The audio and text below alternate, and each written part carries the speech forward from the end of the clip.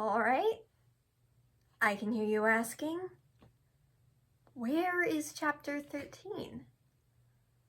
I never wrote chapter 13. And I have a very good reason for that. When I was going back through the document in preparation for sharing this is what I found. It's blank. No. Apparently, when I was first writing this, I didn't know what to put there. I didn't have anything to put there, and I could not simply write the next piece of Adien's story because that would severely mess up the timing later down the line. So I decided, you know what? I'm just going to leave it. I'm going to keep moving and come back to it later. Big mistake. So, and I was going to fix it, but I still don't know what to put there. There is nothing I can add to Adien's story to fill in that spot.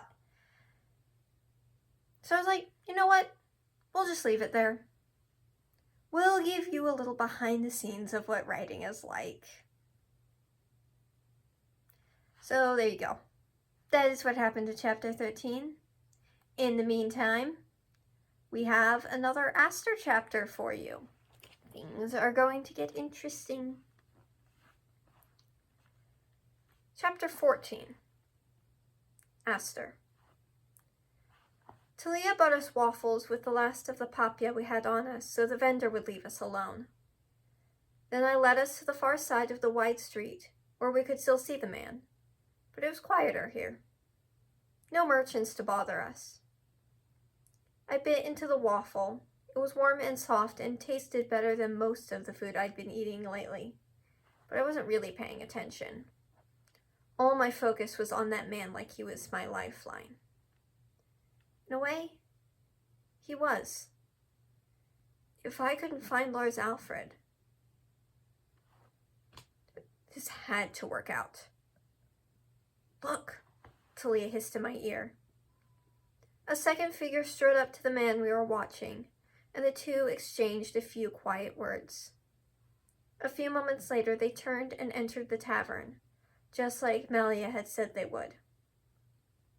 I settled myself on the cold cobblestone street and occupied myself with finishing my waffle. Talia knelt uncomfortably beside me. How long will we be staying here? Until they come out again. And how long will that be? I don't know. Talia shifted again. Oh. Right. Talia had been attacked in an alleyway just off this marketplace, and it had made her cautious ever since. But we wouldn't be here forever, and besides, things like the attack that had scarred Talia happened far less often than it seemed. I couldn't miss that man when he came back out. You can leave if you want, I told her. I can handle this myself. Talia shook her head vigorously. I'm staying with you, Aster. If only to make sure you don't do anything stupid. I didn't reply. Adien used to be the one who looked out for me. I wasn't sure if I wanted Talia to step into that spot. On top of that, I was a grown-up, wasn't I? I didn't need to be watched over as a child would. The wait stretched on. Different people walked back and forth in front of us, shifting as the hour changed. How long could it really take for two men to get their beer and pass information to one another? I felt like it had been far too long. The waffle was gone. I crumpled up the paper it had been handed to me on and threw it out onto the road, where I watched it get trampled by the passing feet. The rough ground dug into my backside. I wished I could get up and pace, but I didn't want to take my eyes off the tavern door for one moment. What if he's already gone? What if he left while someone was passing in front of the door, obscuring it from view? What if he left through a back door to avoid detection? I knew I should have followed him inside. However, Talia definitely wouldn't have agreed to that idea. So here we were, waiting. How much longer? Talia asked again. I just don't know, I replied. Again. We'll move when we move. I tried to keep the frustration out of my voice. It wasn't Talia's fault she was so nervous around this place. Still, it seemed like she picked up on my mood anyway. Sorry, she murmured. I chose not to respond to that and refocused on the tavern door. How much longer? The door opened and closed, but no one who looked like the man I'd seen under the statue. The clock tower began to chime again. 2 p.m. The door opened, and a figure wearing clothes I recognized stepped out into the street. His hair was the same, his build the same. I couldn't see the other guy anywhere, but I was certain this was the one I wanted to follow. I scrambled to my feet and started after him, careful to keep some distance between us so I wouldn't put him on the alert. I assumed Talia followed along behind me, but I didn't check. We were finally making progress, and I wasn't about to let this chance slip through my fingers by taking my eye off the man. The man made his way back to the market entrance and then turned right. I did the same, keeping toward the side of the buildings, where there was less light than the middle. The road was, for the moment, empty, so if the man turned, it would be more obvious than ever that I was following him. I found myself holding my breath as we proceeded. 2 more figures came around the corner and I blew out a quiet sigh. I kept my head high and walked intentionally so it looked like I had somewhere to be. Which was true. I did have an appointment with Lars Alfred so I could kill him. I just didn't know where that was. We reached the end of the street and started winding through the city. The man was moving quickly, and some parts of the city were busier than others.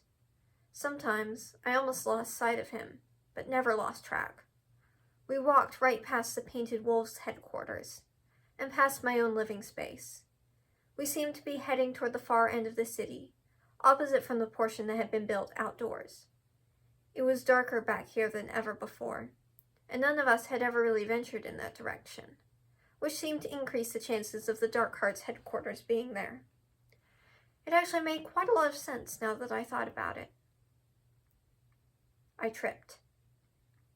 One moment, I was hurrying along, my eyes fixed on the man's back, barely taking in any of my surroundings. The next, I had a full view of the cobblestone coming up to meet me.